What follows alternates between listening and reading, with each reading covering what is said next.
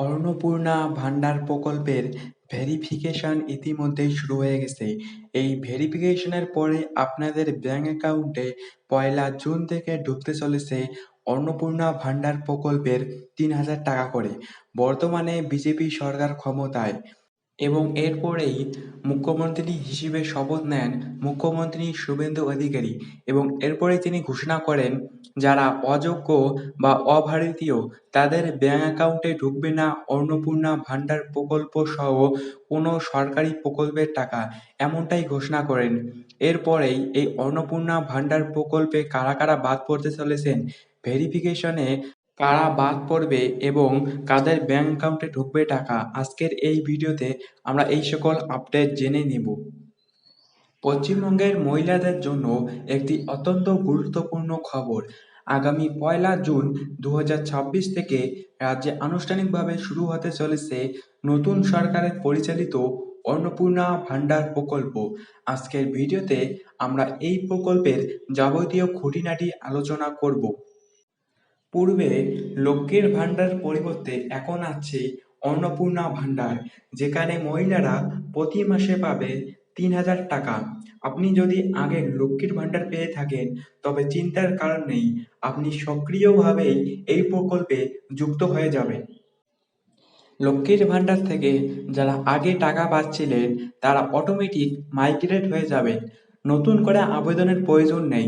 আপনার ব্যাংক অ্যাকাউন্টের সাথে অবশ্যই আধার কার্ড লিঙ্ক করিয়ে রাখুন, কারণ টাকা সরাসরি ডিবিটি মারফত পাঠানো হবে। ভেরিফিকেশন প্রক্রিয়াটি কিভাবে হবে? আপনারা জানেন এই প্রকল্পে সরাসরি ডিবিটি বা ব্যাংক ট্রান্সফারের মাধ্যমে টাকা দেওয়া হয়। তাই ভেরিফিকেশনের ক্ষেত্রে সরকার যে বিষয়ের উপর জোর দিচ্ছে এবং আপনাদের ভেরিফিকেশন কিভাবে হতে পারে দেখুন। আধার ও ব্যাংক লিঙ্ক। আপনার আধার কার্ডের সাথে ব্যাংক অ্যাকাউন্ট যুক্ত কিনা তা এনপিসিআই ম্যাপের মাধ্যমে যাচাই করা হবে। আয়কর বা সরকারি চাকরিজীবী। সরকারি ডেটাবেসের সাথে আপনার প্যান কার্ড বা আধার কার্ড মিলিয়ে দেখা হবে যে পরিবারের কোনো সদস্য সরকারি বেতনভোগী কিনা। বাসিন্দার প্রমাণ। আপনি যে রাজ্যের স্থায়ী বাসিন্দা তার জন্য ভোটার কার্ড বা আধার কার্ডের তথ্য স্থানীয় বিডিও বা পুরসভার অফিস থেকে যাচাই করা হবে। এইভাবে অন্নপূর্ণা ভান্ডার প্রকল্পে সরকারের পক্ষ থেকে ভেরিফিকেশন হতে পারে এবং অনেকেই চিন্তিত কারা এই প্রকল্পের টাকা পাবেন না।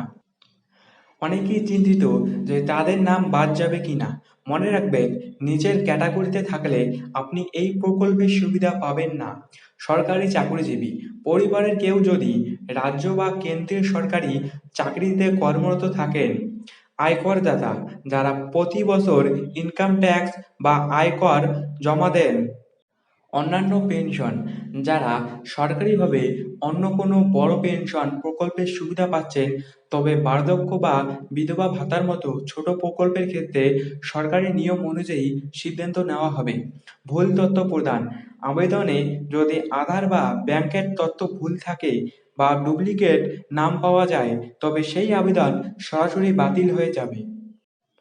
যারা ট্রাইব্যুনালে আছেন বা সিএএ এর জন্য আবেদন করেছেন তারা পাবেন টাকা এবং যারা মৃত, যাদের নাম বাদ গেছে তাদের ভেরিফিকেশন হবে এবং তারপর যোগ্য হয়ে থাকলে তাদেরও ব্যাংক অ্যাকাউন্টে ঢুকবে টাকা, এমনটাই ঘোষণা করেন রাজ্যের নারী ও শিশু কল্যাণ মন্ত্রী অগ্নিমিত্রা পাল।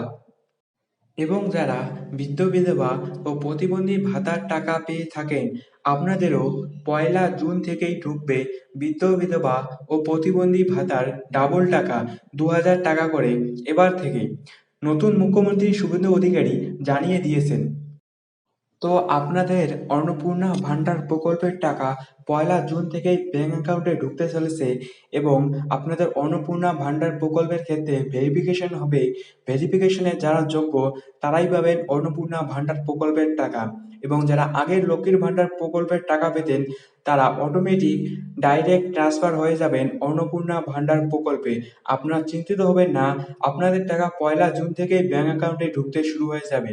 তো এইরকম আপডেট এই চ্যানেলে আসতে থাকবে।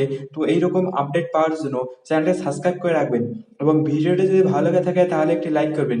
অন্নপূর্ণা ভান্ডার প্রকল্প নিয়ে কোনো প্রশ্ন থাকলে আমাকে কমেন্ট বক্সে বলে দেবেন। তো আপনাদের সাথে দেখা হচ্ছে পরবর্তী কোনো ভিডিওতে। ততক্ষণের জন্য আপনারা সবাই ভালো থাকবেন।